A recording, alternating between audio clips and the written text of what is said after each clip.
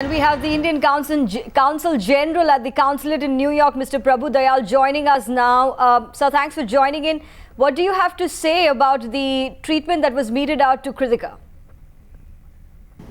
Well, I think it is a classic case of an arrest being made without any proof in any real sense against the accused person.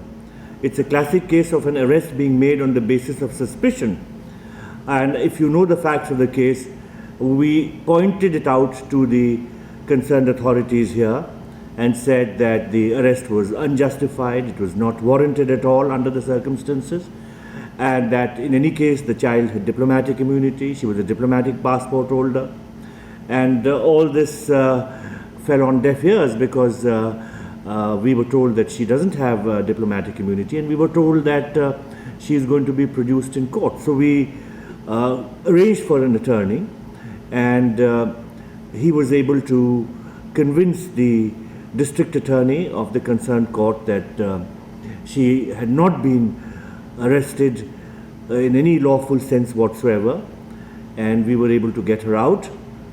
We were able to get her released very quickly. So it is up to you to draw any conclusions, but the matter is in court right now. A case has been filed by Kritika, and there are various aspects which will be gone into, and I think it would be best if the court is allowed to determine details in this regard. Mr. Dayal, did you really question the New York Police Department as to why they did not inform the Indian Consulate General about Kritika's arrest?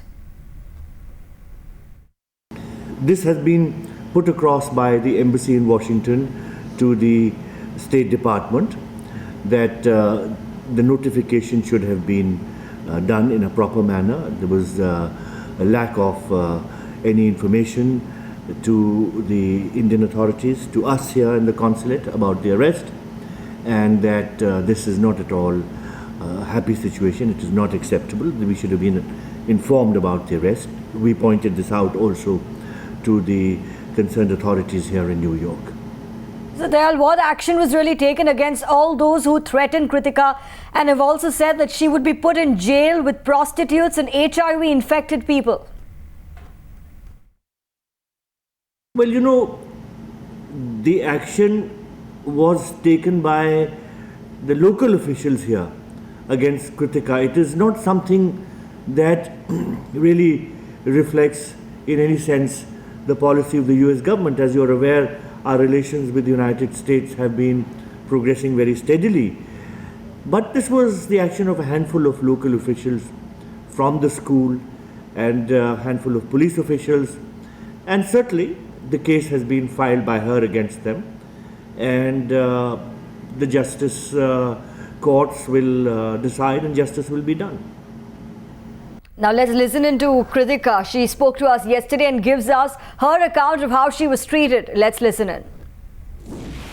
When they arrested me without any proof. The only proof they had was that the IP address was somewhere in my building, somewhere close to my building. I was the only one who had her as a teacher, and I knew French, and there were like abuses in French. So that's the reason they suspected me. And so then they got me arrested, and after my charges were dropped, they got me suspended. And it was only after I brought in a forensic expert, Mr. Gleb Lefranco, and the intervention of Consul General Prabhu Dayal and my lawyer, Mr. Ravi Batra, and everybody, it was then that the school actually took an initiative and went to find an actual culprit. But when he was found, he was just given a suspension. He was not arrested or anything. Whereas in my case, I was handcuffed in school. I was dragged out of school in handcuffs. I spent a whole night in central booking, and it was terribly cold that night. And the food was horrible. They give you stale bread and they give you cheese. And I asked them for water. They said, drink water from your cell. There was somebody had puked in the water fountain, so they asked me to drink water from there. The toilets are horrible because you're in this cell with 4 or 5 other women, and you're supposed to go to the bathroom in front of everybody with just a small partition there. And the beds, the mattresses, and the blankets, everything was dirty. So me and this other girl, we shared a very small bench. We slept on it the whole night, and we kept on switching sides because like we used to sleep on one side, it used to hurt. Then we got up and then we switched sides again. So, and then after all of this and everything was done, nobody apologized to me. Yes, it's the immense support I'm getting. I'm very thankful to everybody. I mean, it was very hard, and I'm very thankful to everybody for being there and supporting me.